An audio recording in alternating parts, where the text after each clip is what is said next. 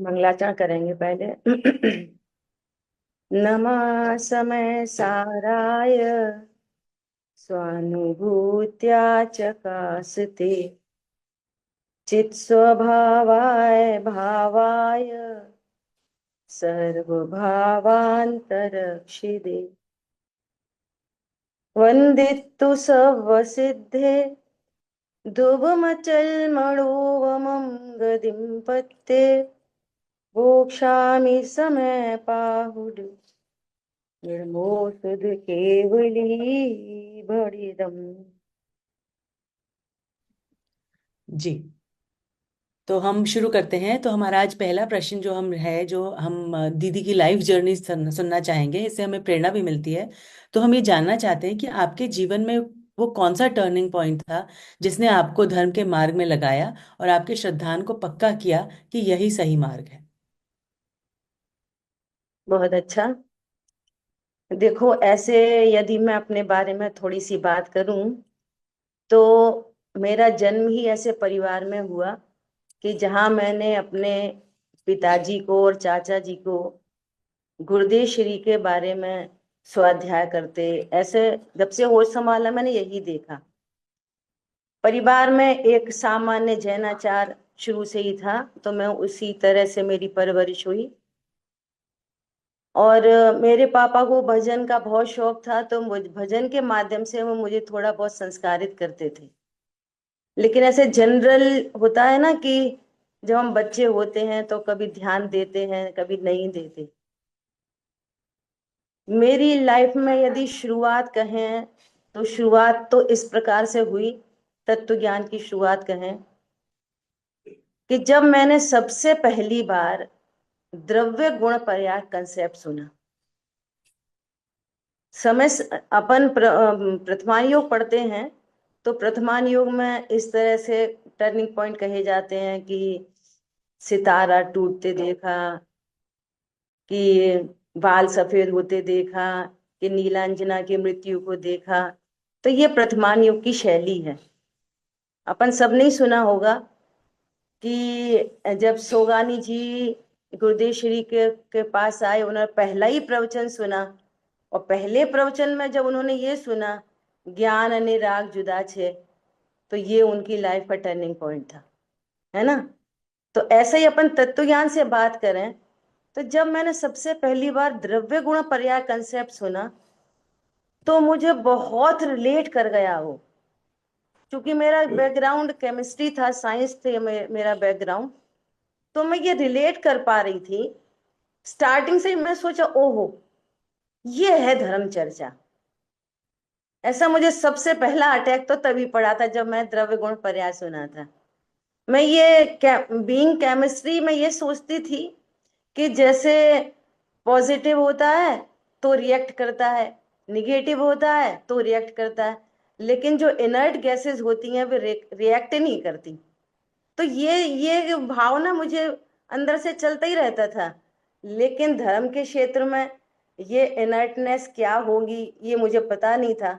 लेकिन जब मैंने द्रव्य गुण पर्याय सुना तो मुझे मुझे वस्तु विज्ञान ख्याल में आया कि ये जैसे हम केमिस्ट्री में हमें प्रैक्टिकल में ओर दी जाती थी, खनिज दिया जाता था कि आप इसमें मेटल एक्सट्रैक्ट करो।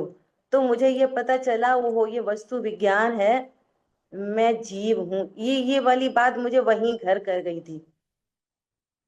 सेकंड बात कब हुई, जब मैंने द्रव्य गुण, मैंने जब जैन सिद्धांत प्रवेशिका पढ़ी, तो जब उसमें तीसरी परिभाषा पढ़ी जिसमें कहा था कि गुणों की पर्याय होती हैं, गुणों के परिणमन को पर्याय कहते हैं, तो दूसरा पॉइंट मेरे लिए ये बन रहा था। क्या बन रहा था? ओहो, पर्याय गुणों से होती हैं, इसका मतलब है कि पर द्रव्य से कोई पर्याय नहीं उत्पन्न होती। जैसे हम आजकल सब पढ़ ही रहे हैं कि गेयों से ज्ञान नहीं होता। मेरे ज्ञान में जो भी गेय बनते हैं वो स्वयं से ही बनते हैं, पर द्रव्य उसमें का कोई हस्तक्षेप नहीं है। इसी प्रकार चारित्र की पर्याय में क्रोध उत्पन्न हुआ, क्षमा उत्पन्न हुई, तो ये स्वयं से ही होता है, इसमें किसी अन्य का हस्तक्षेप होता ही नहीं है। और ये पर्याय बंध का कारण है। तो ये चीजें मुझे बहुत रिलेट कर रही थी और बहुत अपील कर रही थी। तब ये पता चला कि धर्म का मतलब वो जो इनर्टनेस मुझे पहले लग रही थी, वो यहाँ पकड़ में आई कि जो वीतराग प्रणति है, यहाँ पर कोई रिएक्शन नहीं होता, कोई एक्शन नहीं होता, यहीं सहजता हो सकती है।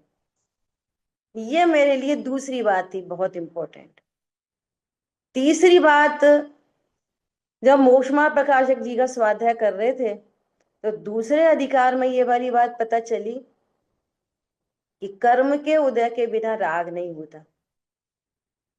भले कर्म राग नहीं कराता, तो वहां मुझे स्वभाव और विभाव का भेद ज्ञान चल रहा था कि त्रिकाली ध्रुव भगवान आत्मा परमात्मा शुद्ध सुरक्षित है, और ये जो भी राग आदि भाव उत्पन्न होते हैं, इनमें कर्म का उदय निमित्त पड़ता है। और दूसरे अधिकार में जो ये वाली बात कही कि इस जीव को वहां अनादि से कर्म बंधन की सिद्धि की गई है, तो ये चीजें मुझे बहुत रिलेट कर रही थी। चौथा पॉइंट में जो बहुत ही इंपॉर्टेंट था, आई ओपनिंग पॉइंट था जो मेरे लिए, वो बना वास्तव में वहां पर जाके मुझे थोड़ी शांति मिली। क्या शांति मिली? कि जब उभयाभासी का प्रकरण पढ़ा मैंने, तो उभयाभासी के प्रकरण में ये वाली बात आई कि यदि तू अकर्ता है, यदि हम ये निश्चित करते हैं कि अकर्ता है, तो ये परिणाम मुझे करने चाहिए, व्रत संयम आदि करने चाहिए। ये वाली बात कहाँ से आई? इस पॉइंट ने मेरे को, मेरे तत्व ज्ञान को एकदम, जैसे सील लगती है ना, वो सील यहाँ पर आके लगी कि यदि तुम अकर्ता हो तो व्रत संयम आदि करने चाहिए। ये आप पढ़ना, योगाभासी के प्रकरण में ये लाइनें मिलेंगी कि यदि करना चाहिए तो फिर अकर्ता की सिद्धि कैसे हुई? और जिसका स्वयं करता है, होकर करता है, स्वयं करता है, तो उसमें एकत्वपना क्यों नहीं होगा? ऐसी बहुत मार्मिक बिंदु मुझे वहां पर पकड़ में आया।